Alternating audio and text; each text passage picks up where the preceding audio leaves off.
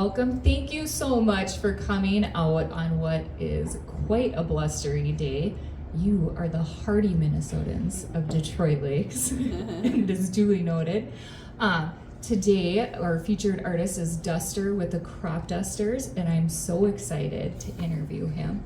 So Duster, he's also a sound guy, so he's gonna help me out here. Thank you. He was multi-talented. All right, so Duster, why don't you tell us a little bit about how you got started with the Cropdusters and music in general? Well, let me turn this on. How'd I get started? The Cropdusters came later. Okay. But I've always had business ideas. Pretty good ones, I was thinking a long time ago that I would re-release some nostalgic toys. It was gonna be Blinken logs. It's little pieces of wood, that kind of blink. The Magic 8 Ball? Nope, that already exists. And then I had a different idea after that. It was stinking logs. Little cabins you could build, but they smell really bad. And I think that those ideas were as good of ideas as going to school for bass performance, which I later did. And as a result of that, the Cropdusters eventually was born. And now we just play music for anyone, with anyone, and for any reason. So tell us a little bit about how the Cropdusters works, because you do it a little differently. So Nathan Pitcher and I played in a band called Inside Out Strings, and we lost our mandolinist to Colorado and our drummer to Mexico City. And it was just Nate and I, and Nate and I had never played a duo show. And we got asked to do one, and we borrowed a PA and went and did it, and it was so much fun that we had to buy a PA. But Nate then started teaching at Elevate School of Rock, and I lost, he couldn't do half of the gigs, because he was had to teach. And that was pretty cool, but we had a PA and all these gigs. So I started calling friends who play guitar and sing, and at first we'd have to take 3 guys out and do 45 minutes, break, 45, new guy, break, 45, new guy. Then a month later, we only needed 2 guys, and then we needed only 1 guy, and then we would rotate. And then over time, we just got a drummer, and then we got a keyboard player, and then we got an electric guitar player, and it just became a circus. So if I have the day available, we'll take the gig, and then we'll figure out who's going to be there. Essentially, is how that worked. And that was the result of playing in other people's bands out of college, because I'd have to wait for them to book a gig. I was hey guys, we got student loans. We should probably play music, right now. And so, yeah, the Pitcher and Duster duo turned into the Cropdusters. Out of need. Out of need. Out of necessity. Yeah. So you write your own songs then. What's it like doing songwriting? What is that process like? And how does it work when you have multiple configurations of your band? Well, everyone kind of brings their own thing to the table, and I think a lot of the songs come from pain, emotional relationship pain, and I mean that in a funny way, but it's true. And then I'll just add the bass to it, Otherwise, how I help do it is I'll just pitch a funny idea, for some lyrics or something, not necessarily appropriate. Stinking ideas. Logs. Yeah. Catch that on the next album. And so it can come from anywhere. Someone's got an idea, and we could meet and jam it out, or someone's got the chords all figured out, and then we'll just add our parts to it. And I think that's pretty typical of how it would go. It can happen anyway. There's not one way that it comes together. That's really neat. So when did you start with music yourself? The recorder was killing it on hot cross buns around 1993. I think it was, maybe my first experience. I don't know, maybe I was a cassette tape DJ as a kid though. My aunt would hook it up with some pretty cool cassettes and get the 2 decks, and that was pretty fun. So I don't know. Recorder, into piano, into trumpet, got braces, trumpet wasn't fun anymore.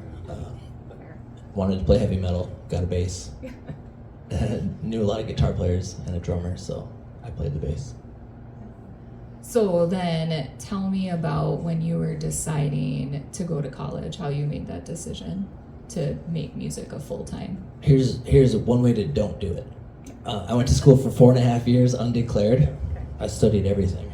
I was going to do psychology, but then every page I was like, I have that. Oh no, I have that. Oh no, I have that. And then I liked sociology, but again, there's just like too much. And then I studied like astronomy, and I was good at math, but I don't like it now because music's better. So I did that for 4.5 years and was undeclared. Got an associate's degree. Nice. University studies. Took a semester off to play music with my friends. Ended up not playing music and just working. And I said, you know what, bucko? You're going to school for music. And so I did. And then it still took 4 years because of ensembles and all of that. So for 4 years there was no science or math or writing. It was just music. And that was like 2012 that wrapped up. And I didn't finish the degree.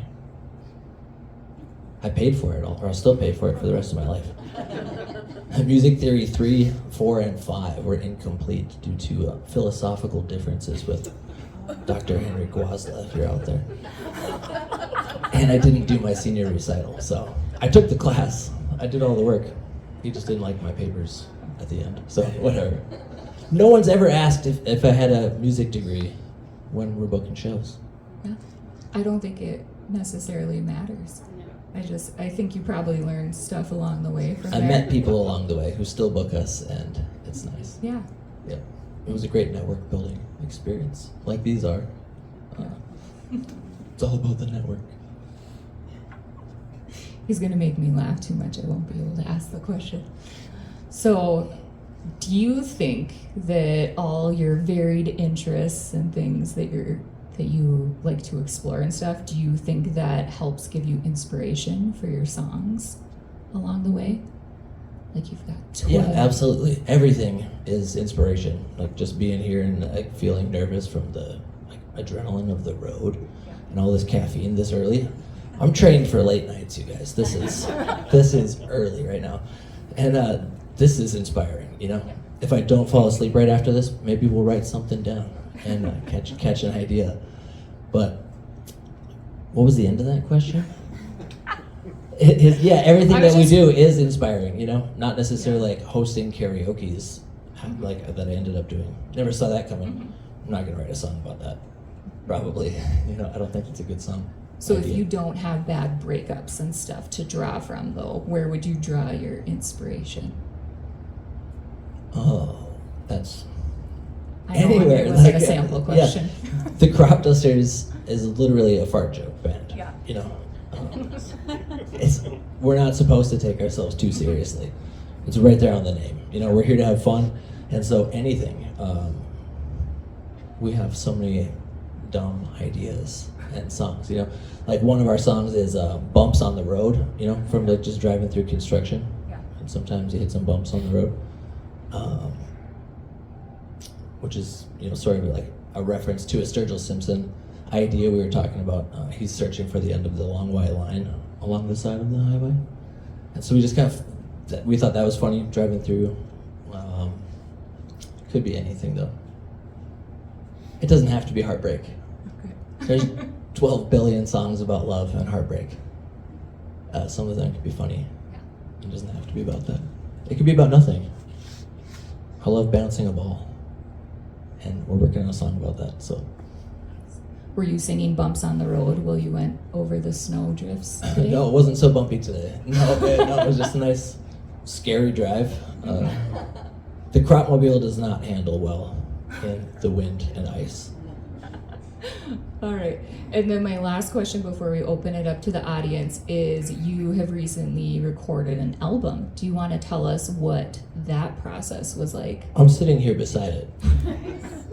It was really cool. Our buddy Al, thank you. Our buddy Al took us to Pachyderm, where I guess Nirvana once famously recorded an album, and we spent a week there, living in like a 70s kind of chill pad, and then go down to the studio and record it. It was just really cool. Al was like a really good band leader, and so we were like very on schedule. We recorded 12 songs in 5 days. And this is the first chunk of it, and there's another chunk hopefully coming very soon. And it's just really cool to feel like after 10 or 12 years or however long this has been going, that there's something, something that someone can listen to somewhere else. So we don't have to play it all the time. Someone else can play it now at home, and it's nice. But we want to play it all the time too, so. Is that a good answer? I'm not sure that it is. That's great. Yeah, it just feels good to have a record out. Yeah, that's a huge accomplishment. Yeah, I think so. All right, I'm going to swap mics with you. So who has a question for Duster? In addition to your NS Design EUB, what other basses do you have? My upright bass is a big, like Frankenstein's monster type of bass that Jerry Werner from the String Emporium in Fargo had inherited in the corner of his shop like 27 years ago from 2012, so 39 years ago. This thing's 120 years old, and he'd just been working on it. One fateful day I walked in there, and there it was. Bought it for a great deal. That's what got us through the Cropdusters, that upright bass. And then I've just got some electrics, little toys. Little toy basses that show you where the notes are. Which is your favorite? The NS Designs is definitely. Of the electric? Of their standard bass. I was teaching at Flatline Guitar a long time ago, and I went in to teach a lesson. This bass wasn't there. I came out, and this bass was there. I picked it up. It was like a 1987 Japanese Fender P bass. Went in and taught a lesson with it, and then came out and bought it. I was like, okay, that was pretty weird. I don't know where it came from, or if someone just traded it in right there, but I loved it, but it only has 4 strings. We gotta go lower than that now. Do you have any 6 strings basses? No, those look like guitars. And they're heavy. Yeah, no.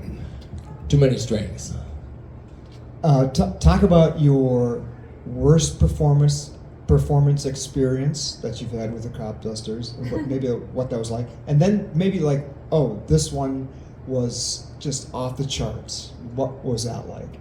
I can't think of like a bad one outside of like sometimes we have to do events where you're just in the corner. We call them wallpaper gigs, and no one cares. And they're like, yeah, we should have a band here. And then you're over in the corner, and no one even knows or claps or looks at you, or they try not to look at you. So those are maybe like, they're not bad. They're just weird, and that's how we got thick skin. And the best, I don't really know how to quantify that. Would that be like opening for someone that we loved? We got to open for a few bands at Blue Stem. I don't work for them, so we're not going to name them. But but we got to open. Technically, I guess we were before Michael Franti, but that was he was opening for Trampled by Turtles, and that was a pretty cool one. Felt good to play in front of that many people. But actually, anytime that someone dances or like cares at all, that's the best one. And they happen pretty frequently. Maybe it'll happen tonight. Maybe it'll happen tomorrow night. Who knows? Obviously, Trucks and Tunes has to be a fave. Oh yeah. Duh, yeah, Trucks and Tunes. Yeah, I was Project trying to set 412. him up. Yeah. I was getting there. For sure. Yeah, that was coming.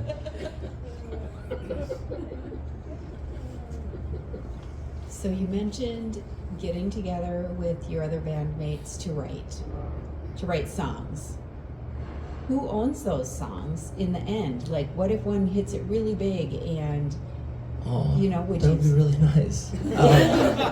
So when you record a song, everyone gets writing credit, right? And so if you wrote the lyrics and the guitar part, you're gonna have like more ownership of it. Or if it's your song you brought to the band, then you have like ownership, and then I'll get just like a bass writing part on it. So it's kind of tricky. There's a lot of paperwork. I don't know anything about it. That was our buddy Al, who studies that and knows it and wants to own a record label. So he's working that way pretty diligently, I would say. I'm the bass player. Yeah, I play the bass. It goes thump, thump, thump, thump, thump, thump, and I don't know the technical stuff all the time. all right. I have one more question. Yeah. So you have a album sitting next to you. How else can we get that music? You can stream that anywhere, everywhere. It's a Cropdusters band. anywhere you can stream music. Dusters, some people might not know about just what an extraordinary human being you are in general. And one of your side gigs is a really neat thing you do in Fargo, I think, once a month, I believe it is. You want to talk a little bit about that? And then talk about your other full-time gig, too. I don't know what the one a month, is it the karaoke stuff? Yes. Yeah. It's so sweet. Well, karaoke, oh, no, are you talking about the Memory Cafe? Yes. Oh, so Nate and I, as a duo, once were asked to come play for the Memory Cafe, which deals with dementia and like Alzheimer's folks, you know. And I was so busy playing the bass that time that I didn't really like look around, you know. Sometimes I'll close my eyes and just be in my fingers. And we had a great time. And then the next time they wanted us back, Nate couldn't come or something. And so I said, I could DJ and we'll just play anything they remember from anywhere, you know, old-timey stuff. We gave it a try, and then during that, I had so much time between songs, you know, the Blue Danube waltz or whatever, you know, that's like 3 minutes of waiting for the next one is Elvis and whatnot. So I'm looking around, and it was just like, wow, this is really crazy. Half of these people know they're there, and half don't know who brought them there, you know. And it was really powerful, and I cried a little bit, but I played it pretty cool. Yeah, that's the one you were talking about? Yeah, and okay. you just keep doing it. The karaoke also has a beautiful aspect to it, because I never thought I would do that. I didn't even used to sing karaoke, but someone asked me to do it. I have the gear. I said sure, and then when I saw everyone get up to get on stage, they were so nervous. Like they had their butterflies, and like they were either like stage time to them was so scary or fresh that it reminded me that we get a lot of it, and it kind of brought my own butterflies back. Like I thought they were gone, you know? And so now I'll get up and sing with anybody. If they need a duet partner or if they can't find the melody, we'll figure it out together. But that shaped my mind in some way to karaoke, which also happens once a month. That's why I was confused. I just Sometimes think that's more wonderful. times a month. And folks might not know that you are just in a wonderful new spot here in DL. We're so lucky to have you here a lot over at the Holmes Theater too. So thank you for that. Yeah, that's an incredible job. Thanks for, I think you hooked that up, Amy. Technical director at the Holmes Theater. Just get to play with gear all the time and lights and meet touring artists and hang out with Amy. Lucky me. Yeah. You made it happen.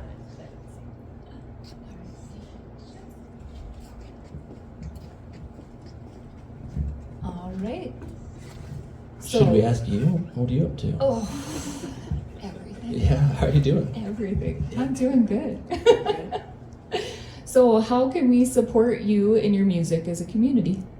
Oh, just support any music and go watch the shows. Anytime there's music and if you've got some time, go check it out. You could support us by coming to check it out, or you could stream our music. You could buy a record, you could buy a t-shirt. I have stickers for free. You could put them on your face and walk around. Put them on someone else's car. Anything, yeah, there's so many ways to support artists these days. And just showing up is the thing. And then don't be scared to like dance. No one cares if you shake your hips weird. My grandma's generation, they went out to dance. And I don't know what the heck people are doing out now. You know, you can look at your phone anywhere. Not on the dance floor, you know. Right. Just get up, move, yell, clap, anything. Be weird, be yourself. Mary Beth? So I do have a question. When we stream your music, do you get money somehow? If you stream any one of our songs upwards of 10,000 times per you guys, then we'll get paid some money. There is like a threshold you have to cross. I think it was at 1,000, but if everyone here just went home and like push play and just let it go and let it go and let it go, that would help. Challenge accepted. Just Yeah, leave it yeah, just out. let it run at home so your pets have something to listen to. Your neighbors might like it if you crank it up. Yeah. There's not a lot of money in streaming, but that's the way it went, you know. Here we are. I know. Until it just like beams into your brain, you How know. much is the album? The album's $30. And where can we get it? Right here, right now. Awesome. And, There's a guy that looks for like me people that has, watching he'll be selling them online. back here. Where can we get it? Are we live on the internet? No. Okay, It's this is recorded. and We're gonna have it'll to be put edit on there. this. We're gonna Yeah. edit this down. You actually can't get it online right now, Okay. but we have them at our shows every time we're there, and we should get that online. All right. Yeah. And when's your next show? Tonight at the Troll Bar, Sons of Norway, Fargo. The cutest little spot. It's got trolls, much like Ortonstone Garden out there. You know, much smaller trolls. But then tomorrow night at Vic's for a pre-St. Patty's Day. I think it is their St. Patty's Day party, but that's on like a Tuesday this year. So Awesome. Well, thank you for sharing your story with us and Yeah. your journey along the way. Let's give it up for Duster. hey, thanks, y'all. Good luck. Okay, and then Stay next away. we have Kirstin Bird and Shauntae Reese with Young at Art Company.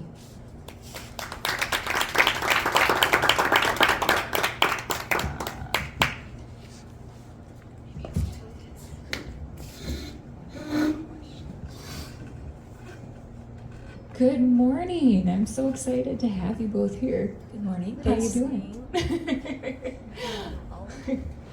All right. So do you want to take us back to when you first had the idea for Young at Art and kind of what the process looked like to get that rolling?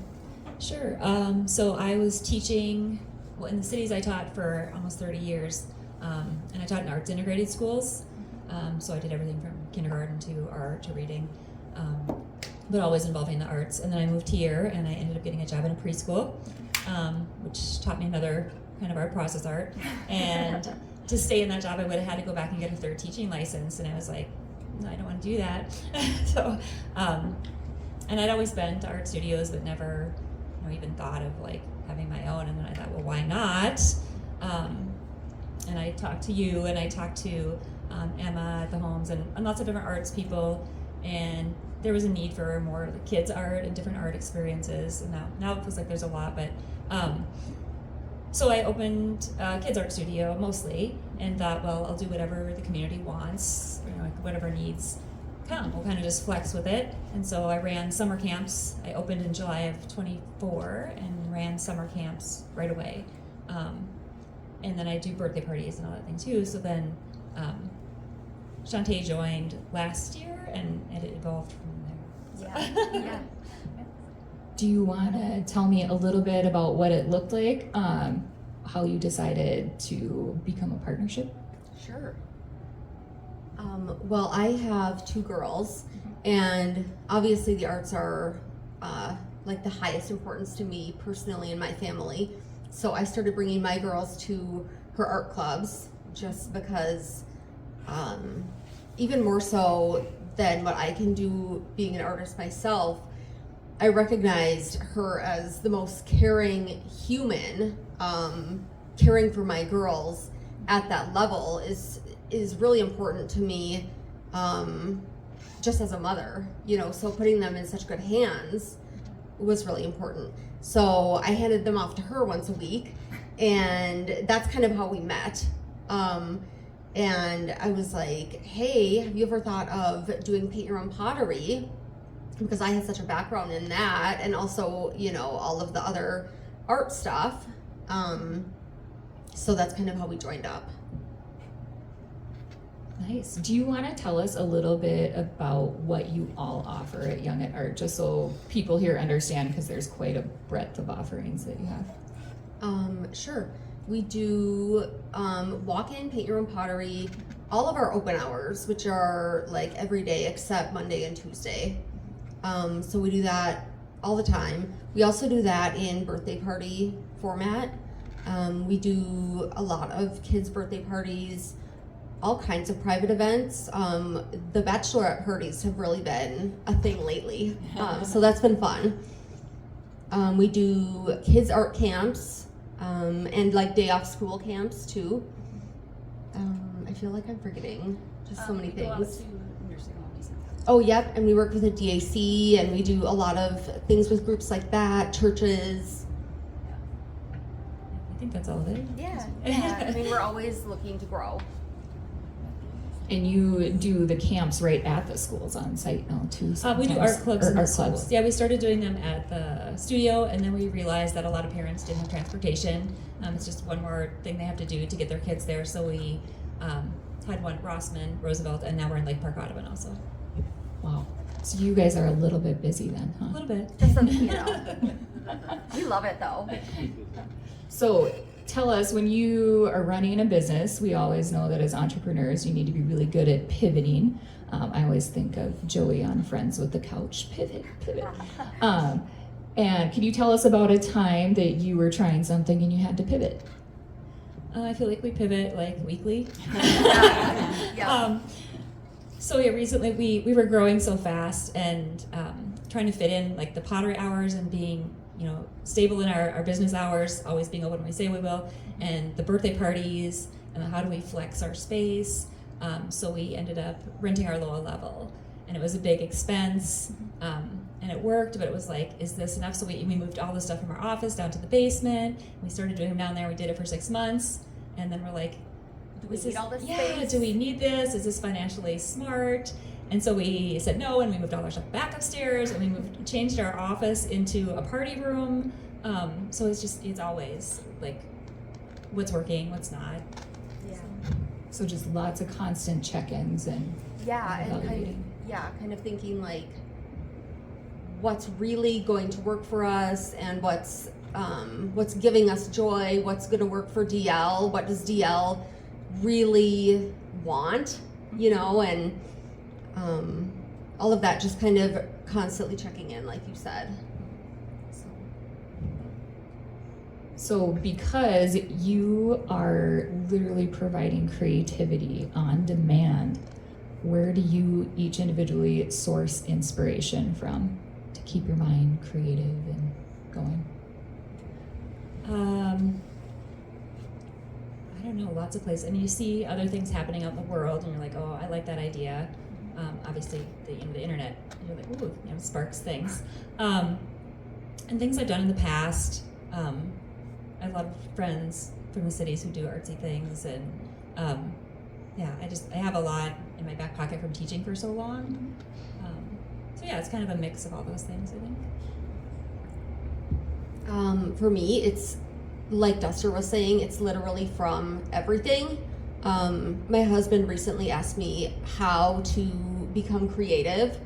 And I was like, I don't know how to teach someone that. I don't know if you can teach someone something like that, but what I try to be in the studio is a vessel for someone's creativity, and I'm going to help you kind of like be a conduit for your own creativity, but I'm not going to do it for you. And sometimes people get a little bit upset when I say that, but then when I'm helping them, they are happier in the end because it's their own style, it's their own ideas, and it's not mine. So I told my husband, like, if I see a leaf on the sidewalk and fall, I could be creative with that. You can like extend out the veins from that leaf and make something, something kind of creative, or anything, literally anything. That's an interesting point you bring up about the people coming in and their comfort with creativity. Mm-hmm. Can you tell us a little bit more about that? Like how the average person feels coming in, if they're just like a creative soul, or if maybe they're a little nervous? Usually a little nervous, especially the adults. In general, they usually say, I'm not an artist, and they kind of are scrunched up like this. And then when they are walking out, they are so proud of themselves, which is like my favorite part of the job. And like, I'm like such a proud mom of the customers, because I don't know, I just get so proud of everyone. So she's kind of taken the adult end on more than I have, and I still kind of gear towards the kids because that's my comfort zone. And the part I love about kids is that they will literally just come in and be like, I am an artist, and I'm gonna do what I want no matter what you say. So we did a painting event with like those mixed stages, and we were painting gnomes, and I never thought I would do paint parties, but I'm like, well, this is kind of fun, and like it's a point for kids to, people to be creative. So I'll do it, and we had the one side that was, adults, and they were like, oh, I'm not doing it exactly right, and they were all worried about how it was going to look. And then the other side was a mom and kids, and one of the kids did a character from Gravity Falls, and he had a sorcerer's hat, and he had like a handlebar mustache, and he just went his own direction. It's like, that's what I love about kids, is they'll just go and be confident. So So we're going to go deep here for a minute. What do you think changes between being a child and going into adulthood, and then that like switch with their comfort, with their creativity? Peer pressure. Middle school. I was gonna say the world gets in there and chips away, you know, but it shouldn't. Oh, that's interesting. So you are introducing fused glass now. Can you tell us what that is? Because that's kind of a new thing for this area for a lot of people. Yeah, well, that's me. I've been doing that for many years now. It's a kiln process, so it's not stained glass, which a lot of people kind of get them confused. So it's a special glass, like chemically, and you can do it a few different ways. The most common way is to take like a piece of glass that's kind of like a template form, and then you can cut other pieces, usually colorful pieces, and put them on top of it. And then we just do like a little Elmer's glue, is the most common, and then you layer it, and I put it in the kiln, and it goes to 1500-ish degrees for glass, and then it fuses, it kind of melts together, and the edges soften, and yeah, I mean, that's pretty much it if you just want like a flat piece. If you want like something that's called like a slumped piece, it's a second firing process. So I put a form in the kiln, and then it can be like a wave shape. I'm really excited to do that class because it's DL. Or I can do like night lights. I have that class in my back pocket still. We just did the self-standing arch. That one was really popular. So those are all a 2-firing process. Yeah, I would say there's a pretty big explanation on our website that's more in depth about what it is. So I would just kind of direct people towards that. Yeah. So you both have art backgrounds. Can you tell me a little bit about how each of you just first got started with art? Well, I have been, Mom, would you say this is accurate? I've been holding a paintbrush since I could hold something. Oh my God, for sure. Since I was probably 3 or 4, I've been holding a paintbrush, and I don't think I ever put one down. So, done all kinds of art, from painting to, pencil to like chemical, printmaking. All the things, even airbrush art, all of it. I went to college for architecture and landscape architecture at NDSU, so done all of the even environmental site design stuff, and just a really deep knowledge. And if you can think of an art form, I've probably done it. I was always interested in art, and ended up going to Hamlin, and I also wanted to teach because I like kids, and teaching wasn't a major, so I picked art as my major, and I got a fine arts degree, and I was a printmaking emphasis, but I actually like sculpture and painting a lot more, and so I ended up getting an art teaching license also. So when I went into education, I worked at an arts integrated school, luckily, so I got to do lots of different kinds of art every day with kids.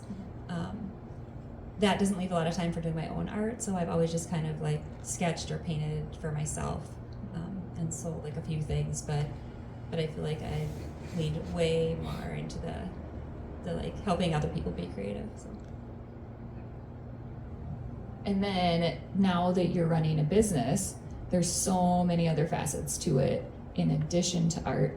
What has that been like for you? Exciting sometimes, stressful sometimes, exhausting. Yeah, I feel like I've grown more in the last year and a half than I did in 15 before that. All right, we're gonna open it up for questions.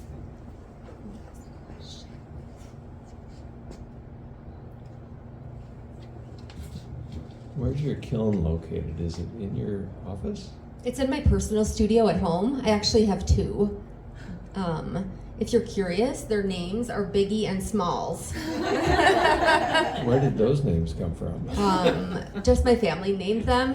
My glass kiln it's still pretty big, but it's smaller than our official ceramics kiln, which is very large. So that's why they're named that.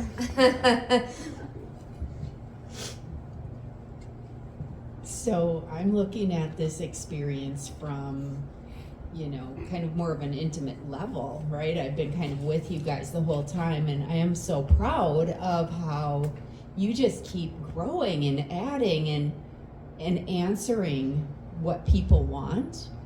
And I'm just sitting here like, gosh, what's gonna come next? Do you have any clue? Is there gonna be something new? I think, the fused glass is probably the newest. But what really truly inspires me is that you bring that and provide services to people that have disabilities, and they're not going to get that anywhere else. And I'm just really proud of you guys. It's just awesome. Thank you. Well, I used to work at the public library here in Detroit Lakes, and I was actually started the neurodivergent storytime there. So if any of you don't know about that, please go patronize them. It's an amazing program. So I'm so passionate in that area in general, and I really want to keep providing that service and grow it in our business. I would just say we are really proud that we can be so responsive to the people of DL and what they are asking for and what they want. So I would just say keep coming to us with your ideas, and we will do our best. That's what we pride ourselves on. And we also like to bring in other people, other artists. And so if there's someone you want to see or some medium that you want to learn, like a printmaker, I think it's Eric from Horace. Yeah, so someone like him, he would love to come and teach classes. And we're welcome to have other instructors just come in and rent our space and use our space for things that they want to teach. So if you know anybody, let us know.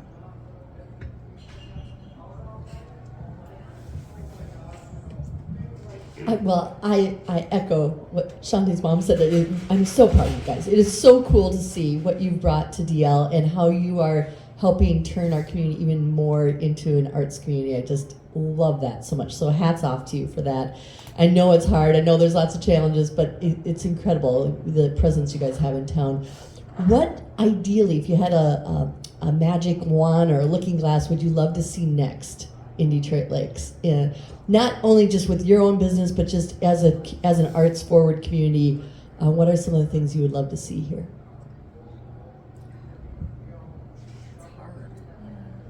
I don't know. I feel like we're always thinking about that every day. There are just some really fun, kind of funny things that I see on Pinterest and that kind of thing that we just don't necessarily have time for. So I would love to see that, but we are just so time crunched in what we personally can do. I would like to see that, and sometimes I do refer people to other other artists in town, just because we can't possibly fill every need, So I love the supportive arts community in DL. I would like to see more kind of fun events around, I guess, and maybe an arts festival or something. That'd be fun.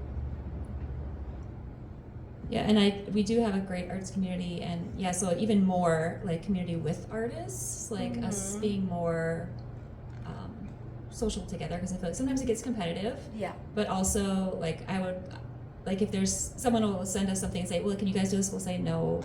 We'll send something over to Ellen Moses and, say, oh, she could do that, So kind of just more of that community and community building with the artists that are here. Awesome. So how can we as a community support you? Well, I'm still surprised. I was just here the other night and meeting one of my husband's friends, and she said, you do walk-in pottery? Yeah. Yes. We've been trying to get people to know, and still every week I meet someone who doesn't know that we do it. So if you can just spread the word that we are open, We do kids and adults. And yeah, we do birthday parties. We've done bachelorette parties. We've done baby showers. So yeah, I guess that. Yep. All right, and where can we follow you or look up what you have? Youngandartminnesota.com. Yeah, MN, sorry. I keep that pretty updated. Also our Facebook and Instagram. All right, well, thank you so much for sharing your journey with us, and let's give them a big round of applause.